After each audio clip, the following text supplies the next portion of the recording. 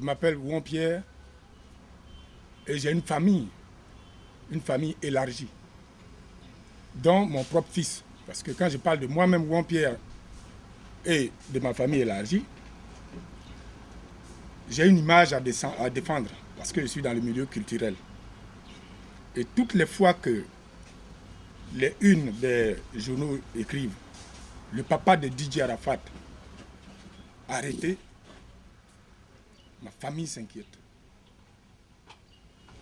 Ceux qui sont malades s'inquiètent. J'ai des amis en Europe un peu partout qui appellent, ça n'arrête pas, ça n'arrête pas. Il serait bien que l'information qui est publiée soit conforme, même si elle est de source policière. Parce qu'on sait que chez nous, en Côte d'Ivoire, ici, il y a des fuites au niveau des enquêtes même qui devraient être secrètes. Et si on appelle ça source policière, il faudrait que le journaliste qui retranscrit ça pour le public, pour la population ivoirienne, le fasse assez fidèlement, qu'il prenne soin d'avoir le concerné, ne serait-ce qu'au téléphone pour avoir le contenu réel de ce qui préoccupe. Et j'ai voulu qu'on se retrouve pour que, comme dit l'Africain en général, j'ai entendu l'autre partie ou bien j'ai lu l'autre partie, mais qu'est-ce qui sort de ta bouche, toi? J'ai des séries de journaux qui ont été publiés ici où je relève certaines choses. Je les lirai si c'est nécessaire par moment. Hein. Je reproche quelque chose à Top Visage, qui pour moi, à un moment donné, était l'un des meilleurs journaux culturels de Côte d'Ivoire et qui se vendait bien à l'international, dans un potin que Alexia Vodji aurait trompé Arafat sur mon lit, à moi son père. Qu'est-ce que ça a à voir? Quelque chose que vous prenez sur le net, l'image et l'audio sont à votre disposition. Qu'est-ce que moi, ma vie privée, mon lit conjugal où j'ai mis mon enfant au monde, qu'est-ce que ça a à voir? Où ça va chercher ça? Ça n'a rien à voir. La vidéo est à la disposition de tout le monde. Vous en tirez l'audio et le machin. Je trouve ça anormal. Je suis passé là-dessus. L'affaire de Djigbenou est sortie dans les journaux. J'ai été assisté par mon avocat qui est présent ici. Normalement, ce n'était pas une situation pénale. Le même cas nous est arrivé en France, on est allé jouer, l'organisateur a voulu, par leur façon de travailler en France, ne nous a pas payé à temps et nous on était inquiets, donc on a voulu un peu le bousculer. Et la police est venue. Quand elle a voulu savoir ce qui se passait, on lui a expliqué que c'est un monsieur qui nous a fait travailler en France. On a fini de travailler depuis la date précise et qui ne nous a pas payé. Les policiers nous ont répondu, ils étaient 4, ils disent, mais à 100 mètres de là où vous habitez, il y a une justice. C'est elle qui est chargée de ce genre de problème. S'il y avait de la bagarre dans votre maison, on serait venu pour intervenir, pour vous sécuriser et puis essayer de séparer tout le monde. C'est ça notre rôle. Malheureusement, chez nous ici, il y a une façon de convocation qui est à la mode maintenant. Tu es assis chez toi, un midi, on t'envoie, un soir transmis subitement. Un procureur te convoque au tribunal et tu te retrouves avec la PJ. Sans même avoir eu deux fois de convocation à proprement parler. Je suis assisté de mon avocat et malgré tout, on m'impose de tordre le cou à la loi en remboursant. Vous avez dû lire tout ça dans les journaux. Je n'ai pas jugé opportun de répondre immédiatement. J'ai été, comme vous avez lu dans un autre journal encore, une fois, je ne sais pas lequel, on aura l'occasion de voir, le père de Arafat arrêté. J'étais à Paris quand ce journal sortait. Je suis arrivé à Paris, j'ai quitté Abidjan le 23 Et le 25, ce journal est sorti à Abidjan. Les gens ont commencé à se poser des questions. Les gens me disent, mais qu'est-ce que c'est? Encore ma famille, comme je vous l'ai dit tout à l'heure. Hein. Et j'ai lu à l'intérieur qu'il s'agissait d'une affaire concernant la Guinée équatoriale où Arafat devait aller supporter les éléphants et qu'il n'a pas honoré. En fait, quand j'étais à la police judiciaire, je n'avais jamais eu de convocation de M. Jean-Marcel Tapé. Jamais eu de convocation là-dessus. J'étais au commissariat pour le problème de M. Djigbenou. Et on a fait un premier versement de 2 millions de francs. Je devais rejoindre Arafat qui devait jouer une semaine après en France, qui était malade. Donc il fallait lui porter rapidement ces médicaments traditionnels que nous avons ici pour qu'il se retrouve, parce qu'il danse, il a besoin d'être requinqué pour jouer. Donc j'ai précipité mon voyage. Je pouvais quitter Abidjan, arriver à l'Iran, où le spectacle avait lieu le 30, tranquillement, arriver le 28.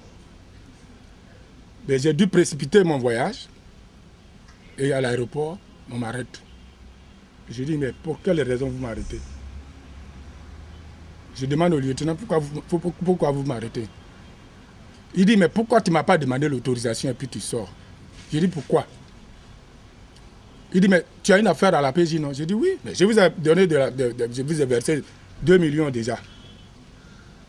Pour les 500 000 francs qui restent, nous avons rendez-vous le mardi parce que je ne devais pas voyager plus tôt que prévu.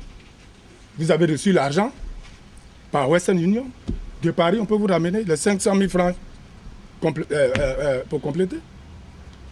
Vous avez bien reçu les 2 millions d'Arafat par Western Union. Donc, moi, étant en France, je peux toujours honorer mon rendez-vous du mardi. Je dis non. On vient, on me dépose. Et c'est quand je suis à la PJ qu'un autre commissaire m'appelle pour me dire, est-ce que vous avez eu affaire à M. Jean-Marcel Tapé? J'ai dit oui. Il dit, mais pourquoi est-ce que vous voulez aller en France alors qu'on vous avait envoyé une convocation? J'ai dit, mais qu'est-ce qui justifie que j'ai reçu votre convocation? Je n'ai jamais reçu votre convocation. C'est autant d'informations que j'ai souhaité mettre un peu à la disposition de la population pour qu'on comprenne que des fois les choses se passent plus ou moins anormalement. Je lis dans le journal que j'étais prêt je tentais de joindre mon fils en France, en Europe, et j'ai été cueilli à l'aéroport. Ça sous-entend que je vais laisser ma femme, ma famille, mes biens et fuir pour 5 millions de francs. Pour qui me connaît bien ici, pour moi c'est une somme dérisoire. Je ne peux pas abandonner ma famille pour 5 millions de francs, fuir, aller en France. C'est une façon de détruire une famille. Ce n'est pas pour vous insulter, hein, mais je me suis fait seul. Quand je luttais pour être musicien en Côte d'Ivoire ici, il n'y avait pas de syndicat de musiciens. Il n'y avait personne qui nous défendait. C'est nous qui avons créé le premier syndicat des musiciens de Côte d'Ivoire. On a erré à Abidjan ici, dans tous les sens. On a lutté pour devenir ce qu'on est. Et malheureusement, on a l'impression que les gens ne vont pas jusqu'au bout des informations. Et parce que c'est des sources policières, on nous insulte, on nous insulte, on nous insulte. Et on détruit nos carrières qu'on a si difficilement lutté pour essayer de mettre sur pied. Ce qui s'écrit culturellement serve d'exemple pour l'avenir. Parce que il vaut mieux que l'artiste tire souvent profit de vous, les journalistes culturels, que d'être détruit par certains écrits qui ne sont pas bien vérifiés. Parce qu'on a l'impression que vous voulez détruire la carrière des artistes. Alors que certainement, ce n'est pas vrai. C'est basé sur une information erronée. Vous n'avez pas tous les tenants et les aboutissants. Mais parce que vous n'avez pas eu quelqu'un au téléphone, vous vous dites, bon, j'ai déduit. Et puis vous écrivez. Je ne suis pas journaliste, je ne sais pas comment vous fonctionnez. Mais je me dis, On a été élevés, nous autres, au village et ensuite en ville. Et ensuite dans les mégalopoles aussi. On demande toujours, on met face à face deux choses quand on a un jugement à donner. Même quand bien même on est journaliste, on a une appréciation personnelle dans la conclusion qui fait que j'ai dit telle vérité, mais je pense que ça guide tout le monde. Le spectacle de Yamoussoukro qui avait lieu le samedi 2 juin 2012, le spectacle était prévu pour 15 heures. Et on a signé un contrat où je ne voulais même pas signer parce que les promoteurs étaient venus voir mon papa en pleurs en disant qu'on veut Arafat forcément à Gagnoa. Mais moi j'étais à Paris. Et ils ont fixé un cachet de 900 000 francs avec mon père. Une somme que je ne voulais même pas parce que je voulais qu'ils signent 3 500 000 francs avec eux parce que moi je joue pas les 1 million, les 5 mois je ne joue pas pour ça. Donc il a dit que non, comme c'est des gens, c'est pour les fanatiques, tout, de laisser ça à 900 000. J'ai dit ok. Je devais rentrer sur Abidjan. Je n'ai pas pu rentrer parce que vous savez les histoires d'avion. Donc les gens de Gagnoa, les mêmes promoteurs, le spectacle devait avoir lieu à Gagnoa, ils ont eu la gentillesse de décaler le spectacle. Mais ils ont décidé de ne plus faire ça à Gagnoa, ils ont décidé maintenant de faire ça à Yamoussoukro. Donc, c'était le 2 juin. Ils m'ont dit que je chantais à 15h. Et si le contrat qu'on avait signé avec eux était pour 15h. Donc j'ai prévenu mon père en disant à mon père que, comme on chante là-bas à 15h, et après 15h on n'aura rien à faire, on va rester à Yamoussoukro, dormir, s'amuser dans les boîtes de nuit, peut-être pour rentrer dimanche. Donc moi, il y a le ministre Ahmed Bakayoko qui m'a contacté, parce que après le match des éléphants, il recevait tous les joueurs chez lui. Et il tenait à ce que je sois là-bas pour donner une prestation. Donc j'ai dit à mon père d'informer les gens de Yamoussoukro, d'être sûr que c'est à 15h. Ils ont dit non, il n'y a pas de problème, c'est à 15h, il chante, qu'après il peut prendre la route pour aller à Abidjan. J'ai dit ok. Je quitte Abidjan à midi. Je mets l'essence dans ma CLS que je viens d'acheter à 70 millions, qui m'a bouffé de l'essence au moins 70 000 francs de carburant. Et avec ma Hammer, où j'ai mis mes danseurs, qui m'a pris au moins 120 000 francs d'essence. On a pris la route. On est rentré à Yamoussoukro à 15h pile. Parce qu'il pleuvait. 15h pile, ils nous ont envoyé directement à Radio Jam de Yamoussoukro. J'ai fini de faire de parler, que non, ouais, c'est Yoroboshi à Yamoussoukro et tout et tout. On finit, j'ai dit au promoteur, bon, allons faire la caravane en même temps. Pour que les gens, même si on a fini de parler à la radio, il faut qu'on fasse la caravane pour qu'on me voie. Il dit non, on a pris votre hôtel à l'hôtel président, tout, et que allez-y manger et reposez-vous, dormez. Et après on vient me chercher. Je dis non, je ne suis pas venu pour dormir. Mon père vous a informé que je dois retourner sur Abidjan parce que le ministre Ahmed Bakayoko, pour qui j'ai beaucoup de respect, a besoin de moi. Vous avez dit qu'on joue à 15h, faisons la caravane et allons pour que nous on fasse notre prestation parce que nous on va reprendre la Abidjan. Ils ont dit non, il n'y a pas de gens, il n'y a pas de monde, tout et tout. Ils nous ont retardé jusqu'à 19h30. On n'avait pas encore joué. 20h, on n'a pas encore joué. Le ministre m'appelle, les joueurs m'appellent, Drogba, tout le monde m'appelle, Kader Keita. Des gens qui mettent dans ce pays. À votre avis, qui était en tort? Si un contrat où on me dit chante à 15h, je suis encore à Yamoussoukro à 20h. Parce qu'ils attendaient que la salle soit pleine d'abord, vous allez bien vendre leur ticket, mais moi je ne suis pas à leur disposition. C'est un contrat, c'est un contrat. L'heure, c'est l'heure. Si je n'avais pas mis mes pieds à Yamoussoukro, j'allais être fautif. Mais je suis allé à Yamoussoukro. C'est eux qui n'ont pas respecté l'heure. Et j'étais traqué. J'ai dû prendre la route sans leur consentement. Parce que j'ai vu ça en foutaise. Certes, ça fait mal aux fanatiques parce qu'ils sont allés au lieu du spectacle, nombreux, pour voir Arafat. Et Arafat n'était pas là.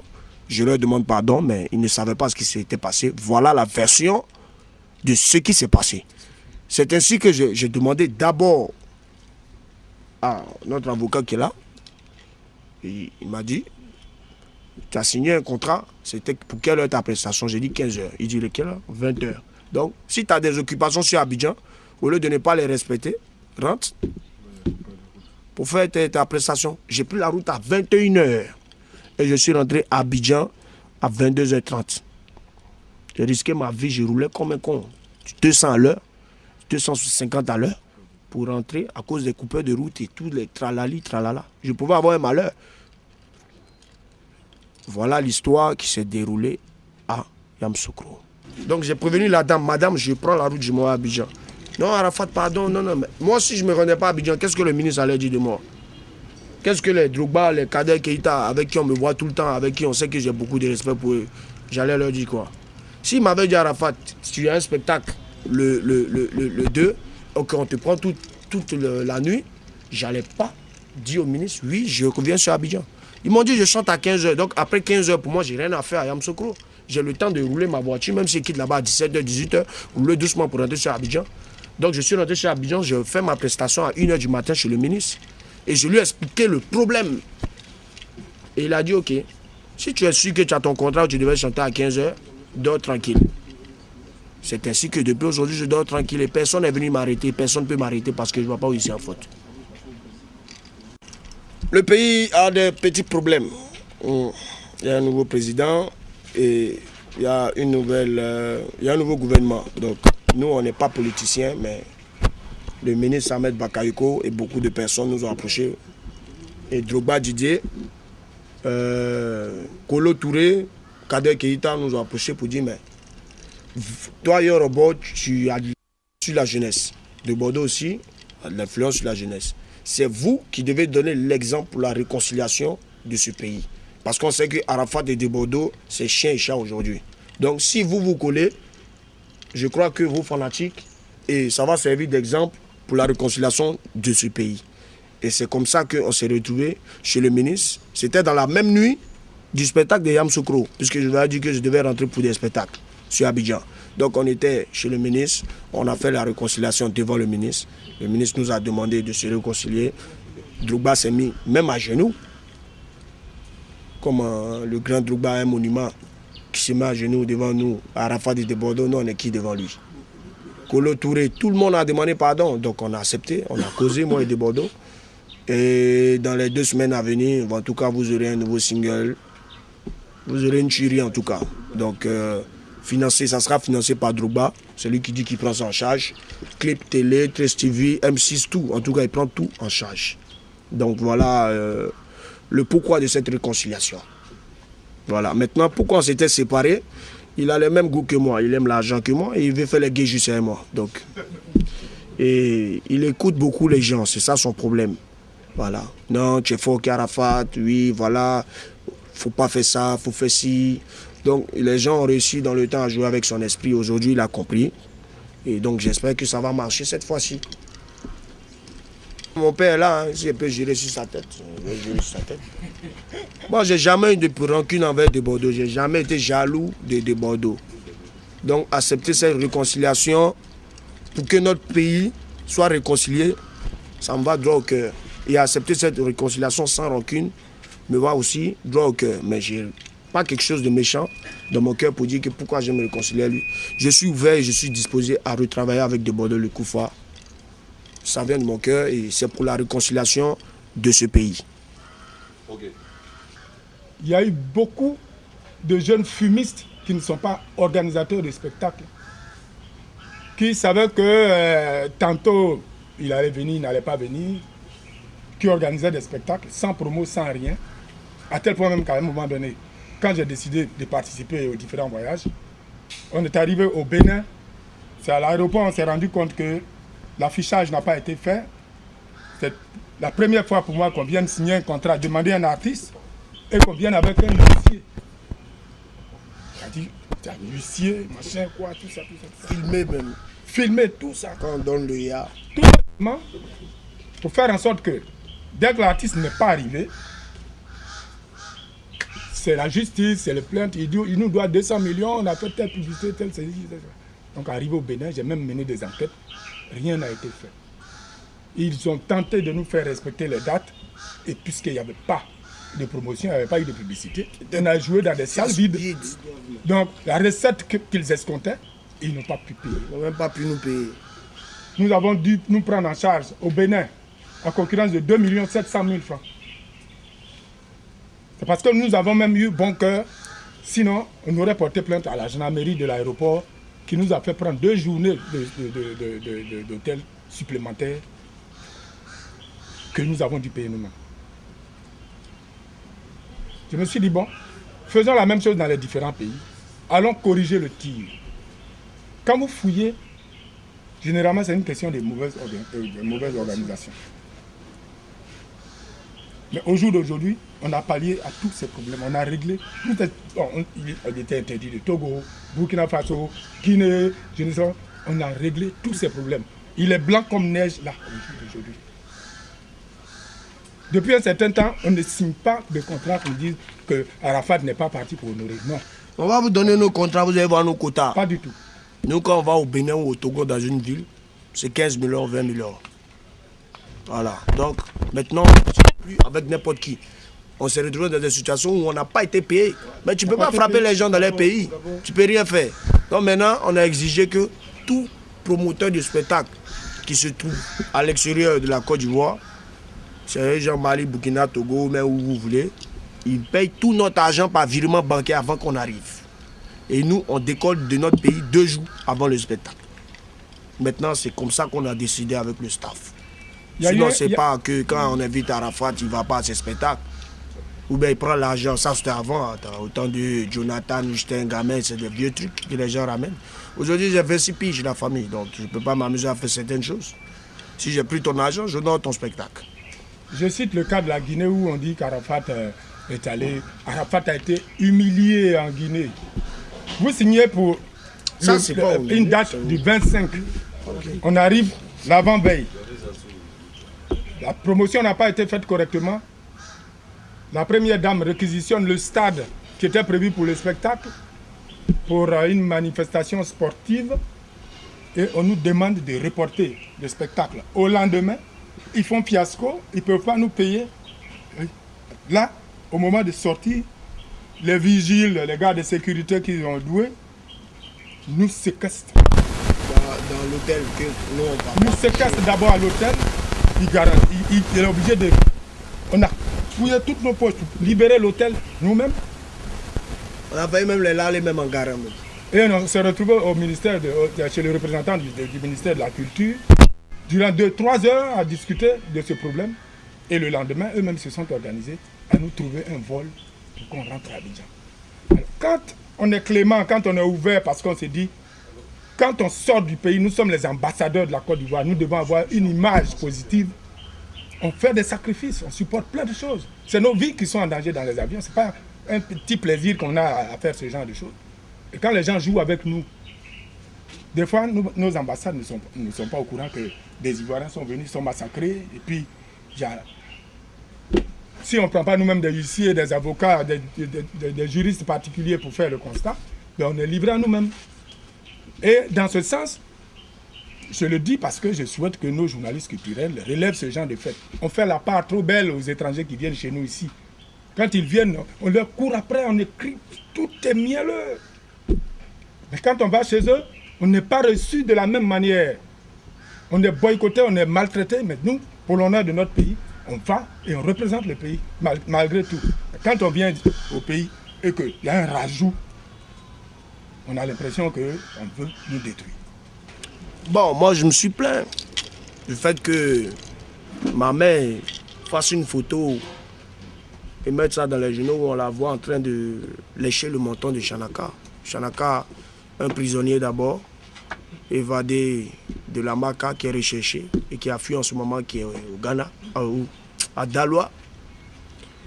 Un artiste qui me voyait en boîte de nuit, qui me demandait les 5 000 francs et qui me demande de faire un featuring avec moi parce qu'il sait que comme je suis en vogue en ce moment, le fait de faire un featuring avec moi va peut-être lancer sa carrière musicale. Ce qui se permet de dire que oui, moi je ne m'occupe pas de ma mère et que c'est lui aujourd'hui qui s'occupe de ma mère. Mais à votre avis, vous voulez que je réagisse comment? Que je sois content avec ma mère ou bien je ne sais pas. Dans la Bible, c'est écrit que tu honoreras ton père et ta mère. Mais si ta mère elle-même ne prend pas conscience qu'elle a des enfants qui sont grands aujourd'hui et qu'il y a des choses qu'il ne faut pas faire, parce que c'est de moi qu'on se moque quand on voit tout ça. Donc, je suis très très fâché avec ma mère, au point de ne même plus lui parler jusqu'à ma mort. Pour son acte. Ouan Didier Ange, il est bien de le souligner. Le casier judiciaire, je dis bien, le casier judiciaire de Ange Didier est vierge. Au jour d'aujourd'hui, vous pouvez enquêter, faire des enquêtes, mener vos investigations. Il n'est ni poursuivi, ni condamné. Et tout ce que vous apprenez de gauche à droite, ça relève de l'imaginaire. Je vais revenir sur un point très important, c'est le contrat d'Ibenu. Parce que ce qui est constant, c'est que mon client respecte ses contrats. Dans le contrat d'Ibenu, il était stipulé que lorsque le producteur prenait sur lui-même l'initiative de rompre le contrat, quelle que soit la raison, il n'y avait pas lieu à remboursement. À notre grande surprise, le père d'Arafat, le contrat, il est là, on vous mettra ce contrat à votre disposition. Le père d'Arafat, à l'absence de son fils, a été poursuivi, enchaîné et maintenu dans les liens de la détention. Alors que dans le contrat, il est bien noté que quelle que soit la raison, si le producteur, c'est-à-dire M. Digbenou, prenait l'initiative d'annuler, de suspendre la prestation, ce qu'il a bien entendu fait, il n'y avait pas lieu de remboursement. Donc il faut respecter le contrat. Là, on se trouvait sur le terrain civil, mais comme il voulait mettre la pression avec ses relations, il a mis la pression pénale, non pas sur le fils, mais sur le père. C'est largement défendu et je pense que c'est bien de le dire. À Yamoussoukro, c'est pareil. Arafat, il vous a dit, c'est excuseux par rapport aux femmes. Il n'est pas allé jusqu'à détruire le visage de sa copine. Non, ce n'est pas la photo qui était sur les magazines. Les gens ont fait un montage parce qu'ils ont vu sa main levée. C'était une simple gifle. Bon, c'est vrai qu'il déplore, nous tous on peut se laisser aller devant un fait d'adultère, mais il n'a pas détruit, il n'a pas commis ces faits-là. Sinon, auquel cas, moi je sais que la famille l'aurait poursuivi dans le temps pour coups et blessures volontaires. C'est que vous pouvez regarder dans les annales de la justice, il n'y a pas ça. Mais pourtant, on fait un montage, on se va... Parce que moi j'appelle ça des photos de guerre, d'une blessée de guerre. Et on repasse ces photos d'une blessée de guerre. Et c'est un grand journal qui fait ce montage. Nous, on aurait pu poursuivre. Mais là encore, on a laissé. Donc je dis aussi, je donne un dernier avertissement. Nous sommes dans un pays de droit. Maintenant, à partir de cet instant, qui s'amuse à ternir l'image de la famille Ouan, du père, du fils et de tous ses proches, parce qu'il y a d'abord la famille et des artistes, parce qu'aujourd'hui, ils sont professionnels, nous allons les poursuivre. Et nous allons demander pour 100 millions, pour 1 milliard de dommages et intérêts. Parce que c'est ce que vaut l'artiste sur le plan du produit intérieur culturel. Voilà ce que j'ai à dire. Donc, chacun n'a qu'à bien se tenir. S'il y a des informations, si vous apprenez des choses, venez à la source. Arafat, aujourd'hui, c'est une icône. Autant tout ce qu'il y a dans le domaine du sport, du football, aujourd'hui, il est recherché. Ils sont de par le monde. Donc pourquoi vouloir les détruire? Ceux qui travaillent, pourquoi vouloir détruire ceux qui travaillent? Et donc, je plaide devant vous pour dire, maintenant, désormais, on va poursuivre ceux qui font dans la diffamation et qui font dans la fabulation. Donc, voilà, mon adresse est M. Alain Bokola. Je suis l'avocat depuis plusieurs dizaines d'années de la famille et de mon petit Arafat. Je ne laisserai pas faire. Pour ceux qui exécutent mal les contrats, allez devant les juridictions civiles. S'il y a lieu de rembourser, on va rembourser. En décision nos frères aussi, parce que regardez, à Yamoussoukro, il vous a dit, il est allé avec ses danseurs qu'il a payés. Voici le contrat de Yamoussoukro. Avec ses danseurs qu'il a payés. Est-ce que vous savez que ces danseurs, vous connaissez la rémunération de chacun de ces danseurs, ça ne couvrait même pas ses charges. Tiens, donne-le. On va vous faire des Le contrat de 900 000 francs ne couvrait même pas ses charges. Il se déplace avec tout son armada de choses. Donc vous voyez, cela fait partie de sa prestance, de sa réputation. Et il dépense plus que 900 000 francs lorsqu'il se déplace. Vous voyez la balance. Quelqu'un qui l'a fait à un but caritatif. C'est ce que son père m'a dit. Il y a un but caritatif. Sinon, quand Arafat se déplace avec ses danseurs, leur cacher tout, c'est près de 2 millions, 3 millions qu'il dépense d'abord. Il va pour 900 000 francs. Et le concert à 15 heures, c'est ce qui est dans le contrat. Vous le maintenez qu'à 20 heures. Il a d'autres obligations avec le ministre Ahmed Bakayo, puisque là aussi c'est un contrat. avec les joueurs de Côte d'Ivoire, on lui reproche, on commence à... Donc, comme pour bien faire les choses, il dit, bon, pour le public de Yamoussoukro, malgré le défaut des organisateurs, je vais faire un concert gratuit quand le moment sera venu. C'est pour vous dire que, désormais, on sera là, nous aussi. Il faut protéger la chose culturelle, il faut protéger le produit culturel qui est à la FAT. Et j'ai plaidé devant vous. Et je vais décider. Le 20 décembre. Le sou. C'est vrai en plus. Bon, je suis infirmier en même temps que vous. Avec qui? Contre qui? Non, c'est une formule pour ça. Avec M. Mettez juste M. Maintenant qu'on va arriver vers le 20 décembre, on va compléter le nom. Mais sinon, c'est sûr, hein, le mariage. Avec M.